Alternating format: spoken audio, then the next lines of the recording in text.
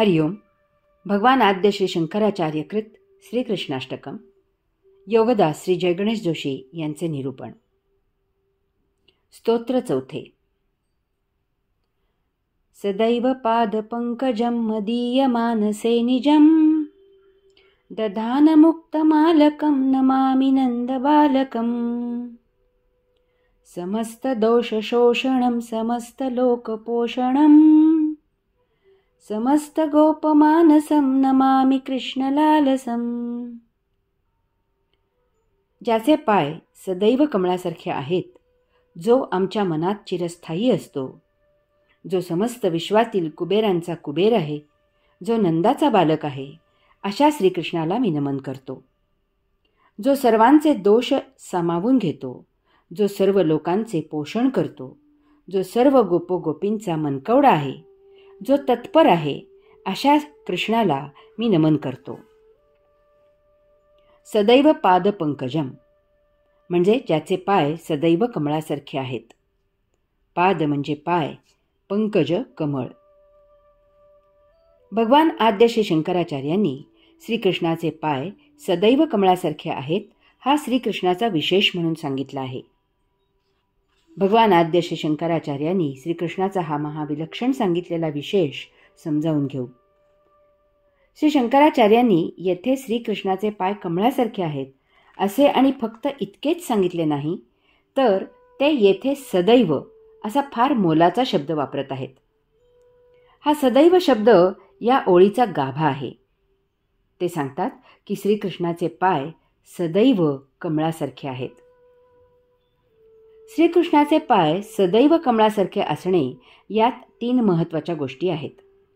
1. कमळ मुलायम, मऊ मधुर सुवास असलेले, मनोहर रंगसंगती असलेले, झुपकेदार शेपटी असलेले इत्यादी असे असते.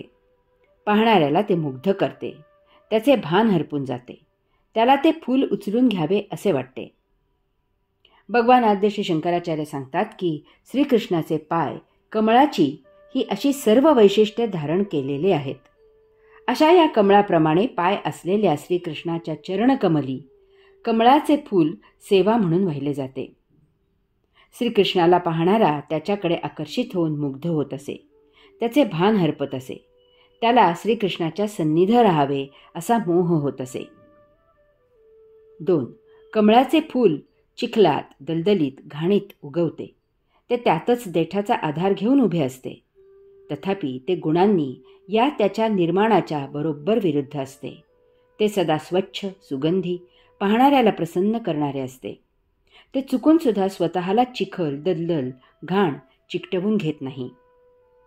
भगवान आद्य श्री शंकराचार्य सांगतात की पुरुषोत्तमाने स्वतःचे पतन, स्वतःची अवनती, स्वतःची अधोगती करून या अवनीवर भौतिक चिखलाने भरलेल्या, उपभोगाने बरबटलेल्या, कामना आणि वासनांची घाण असलेल्या भवसागरात श्रीकृष्ण म्हणून अवतार धारण केला आहे. तथापि श्रीकृष्ण कमळाप्रमाणे सदा परमशुद्ध, परमपवित्र आणि सदा साक्षी आहे. त्याने स्वतःला या भवसागरातील भौतिक गोष्टी, उपभोग, कामना, वासना चिकटवून घेतलेल्या नाहीत. 3. श्रीकृष्णाचे पाय सदैव परमशुद्ध आणि परमपवित्र आहेत. येथील भौतिकात राहूनही ते भौतिकाने कधीही मलिन होत नाहीत.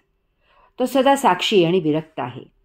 इदम न मम असे सदैव आचरण ठेवून त्याने सर्वांना निरिच्छतेचा, निष्कामतेचा, निस्पृहतेचा आदर्श घालून दिला आहे. आपण सुद्धा श्रीकृष्णाचा हा सदैव आदर्श प्रत्येक कृतीत, प्रत्येक बाबतीत, प्रत्येक उक्तीत स्वतःच्या आचरणात उतरवायचा आहे. परंतु आपण असे न करता आपण यामधून आपल्याला सोयीचे होईल असे स्वतःचे नियम तयार करतो आणि त्याप्रमाणे प्रासंगिक वर्तन करून वर स्वतःला शुद्ध आणि पवित्र भक्त आणि भाविक, धार्मिक आणि नीतिवान असे मिरवतो. वास्तवात आपण तसे सदैव नाही, तर आपण आपल्या सोयीने तसे आहोत. परंतु आपण आव मात्र आणतो की आपल्यासारखे आपणच. आपण सकाळी एकदा देवपूजा करतो आणि मग दिवसभर काहीही काय वाटेल ते बिनधास्त स्वैराचार करायला मोकळे होतो. सकाळी केलेल्या देवपूजेशी आपल्याला दुसऱ्या दिवशी पुन्हा पूजा करेपर्यंत काहीही कर्तव्य नसते. वर सर्वांना सांगतो की अहो मी फार भाविक आहे, श्रद्धाळू आहे, धार्मिक आहे. सकाळी देवपूजा झाल्याशिवाय मी तोंडात पाणी घेत नाही. दारुड्या दररोज सकाळी जाग आली की देवासमोर शपथ घेऊन बायको मुलांच्या साक्षीने कायम करता दारू सोडतो. सायंकाळ झाली की तो ती शपथ विसरतो आणि पुन्हा यथेच्छ दारू पितो आणि दुसऱ्या दिवशी सकाळी पुन्हा देवासमोर बायको मुलांच्या साक्षीने कायम करता दारू सोडतो. मग अशा दारुड्याला वठणीवर आणायला त्याच्या गळ्यात मंत्राने पवित्र केलेली माळ घातली जाते. सायंकाळी दारुड्या माळ काढून ठेवतो, दारू पितो आणि मग पुन्हा माळ घालतो. कोणी विचारले की वर पांडित्य ऐकवतो की त्याने माळेचे पावित्र्य जपले आहे. माळ काढून ठेवून तो दारू प्यायला आला आहे. आपण सार्वजनिक गणपती आणतो, त्यासाठी भले मोठे स्टेज घालतो, एका कोपऱ्यात गणपतीची प्राणप्रतिष्ठा करतो. रात्री त्याच स्टेजवर त्या गणपतीच्याच साक्षीने आपल्याला काय वाटेल ती करमणूक करून घेतो. दिवसा त्या स्टेजच्या खाली विरंगुळा म्हणून रमरमी असा आट्टा जमवतो. 10 दिवस उत्सव झाला की नवरात्राच्या दांडियाच्या तयारीत वर्षभरासाठी आपण गणपती विसरून जातो. वर आपण स्वतःला गणेश भक्त असे म्हणवत मिरवत असतो. आपण एकादशीचा उपवास करतो आणि मग पुन्हा एकादशी येईपर्यंत त्या उपवासाचे महत्त्व विसरून काहीही करायला मोकळे होतो. हे असे सर्व पूजा अर्चा, उपवास, धार्मिक कृत्ये इत्यादी बाबतीत होत असते. उपवास असे म्हणायचे आणि रोजच्यापेक्षा पचायला जड असे भरपूर तडस लागेपर्यंत खायचे. ही अशी किती उदाहरणे द्यायची. आपण सदैव शुद्ध आणि पवित्र राहायला कधी शिकणार? आपण सदैव साक्षी राहायला कधी शिकणार? त्यासाठी आपल्याला धर्माच्या नावाने बंधने घालायला का लागतात? शुद्धी, पावित्र्य, साक्षीत्व हा आपला सहजाभाव, स्वभाव कधी होणार?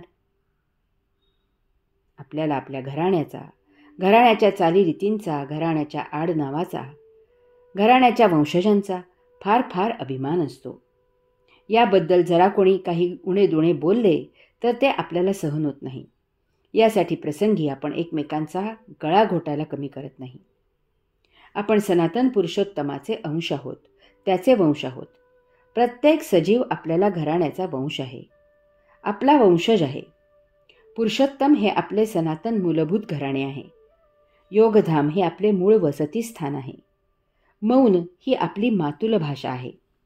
या आपल्या घराण्याच्या चालीरीती आपण कधी पाळणार? आपण आत्माचरण कधी करणार?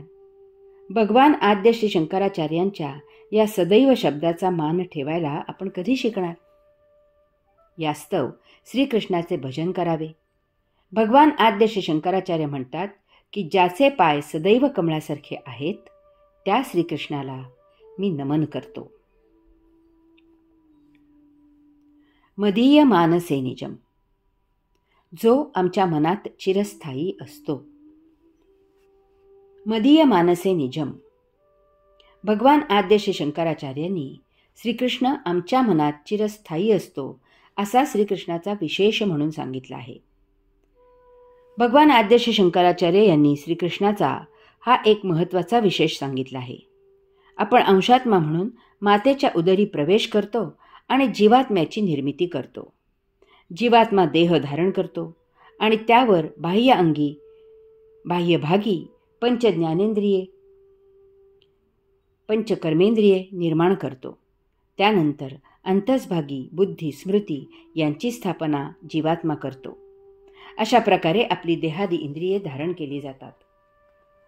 मनाबद्दल दुसऱ्या स्तोत्रात म्हणजे मनोज गर्व मोचनम, म्हणजेच मनस्वी असणाऱ्या मनाचा गर्वहरण करणाऱ्या, येथे मनासंबंधी जे निरूपण केले आहे ते ही ओळ समजण्यासाठी पुन्हा एकदा वाचावे. जीवात्मा मन निर्माण करत नाही. मन त्याचे ते आपल्यामध्ये आगंतुकपणे निर्माण होते आणि जोपर्यंत आपण मुक्त होत नाही तोपर्यंत जन्मोजन्मी ते आपल्यात मुक्काम करते. मातेच्या उदरी अंशात्मा म्हणून प्रवेश केलेले आपण पुरुषोत्तमाचे अंश आहोत. म्हणजेच अंशात्मा श्रीकृष्णाचा अंश आहे. आपण ते आहोत. यामुळे जीवात्म्याने निर्माण केलेल्या देहादिंद्रियांमध्ये चैतन्य स्वरूपाने श्रीकृष्णाचा सदा वास आहे. देहपतनाचे वेळी हे चैतन्य त्यामधून दूर होते. अशा प्रकारे देहादी इंद्रिये जीवात्म्यामार्फत श्रीकृष्णरूपी अंशात्म्याने निर्माण केलेली आहेत आणि त्यामध्ये चैतन्य स्वरूपाने श्रीकृष्णाचा वास असतो. अंशात्मा म्हणजेच आपण आहोत. यामुळे प्रयत्न करून देहादी इंद्रियांवर नियंत्रण ठेवणे आपल्याला शक्य होत असते. उदाहरणार्थ, आपण डोळे बंद करू शकतो, बोलणे थांबवू शकतो, आसन स्थिर करून बसू शकतो. तथापि आपला असा समज होतो की मन आपण निर्माण केलेले नाही, यामुळे त्यात श्रीकृष्णाचा वास नाही. त्यामुळे मनावर आपण नियंत्रण ठेवू शकत नाही, म्हणून मन मनमानी करते. नेमके येथे यावरच भगवान आद्य शंकराचार्यांनी बोट ठेवले आहे. प्रथम एक मूलभूत गोष्ट लक्षात घ्यायची आहे की ब्रह्मांडात आत्मपरब्रह्म हेच एकमेव चैतन्य आहे. त्याशिवाय येथे अन्य काहीही नाही. मनात निर्माण होताना आणि त्यानंतर नको त्या उचापती करण्यासाठी ताकद, शक्ती, चैतन्य, ऊर्जा लागते. त्याशिवाय मन निर्मित होऊ शकत नाही आणि काही करूही शकत नाही. मन आपल्या देहात असते.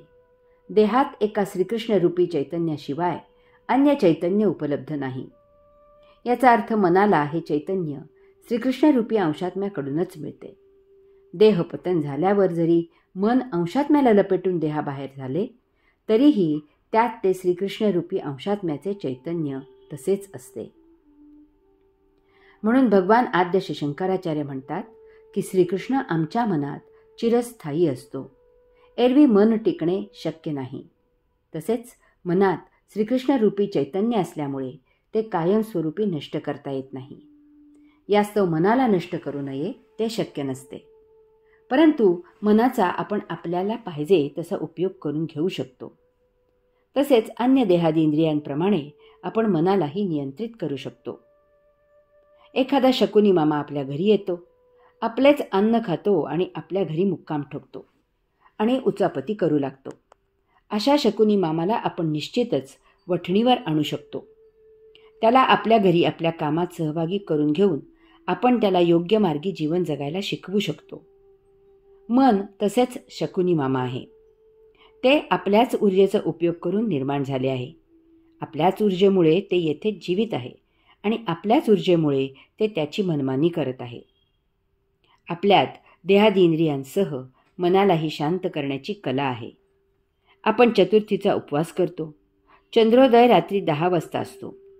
मनाने जरी कितीही सांगितले तरी आपण 10 वाजेपर्यंत जेवायचे थांबतो, कारण येथे धार्मिक बंधन असते की चंद्रोदय झाल्याशिवाय जेवायचे नाही. जर आपण योग साधना, उपासना या योगे देह आणि अंशात्मा यांचा योग जुळवून आणला तर देहादी इंद्रियांसह मनही आत्मसन्मुख होते. कारण या सर्वांमध्ये श्रीकृष्णाचा चिरस्थायी वास असतो. या सर्वांना बरोबर घेऊन आपली आत्मयात्रा मार्गस्थ होते. यास्तव मनाला घाबरण्याचे काहीही कारण नाही. मन आपल्यातच आहे, त्यात आपलेच चैतन्य आहे. त्याला अवास्तव महत्त्व देऊ नये. योग्य असा गुरु शोधावा आणि योगोपासना सुरू करावी. स्वतःला श्रीकृष्ण स्वरूप करावे. त्या योगे सर्व काही श्रीकृष्णमय होईल. यास्तव श्रीकृष्णाचे भजन करावे. भगवान आद्य शंकराचार्य सांगतात की जो आमच्या मनात चिरस्थायी असतो त्या श्रीकृष्णाला मी नमन करतो.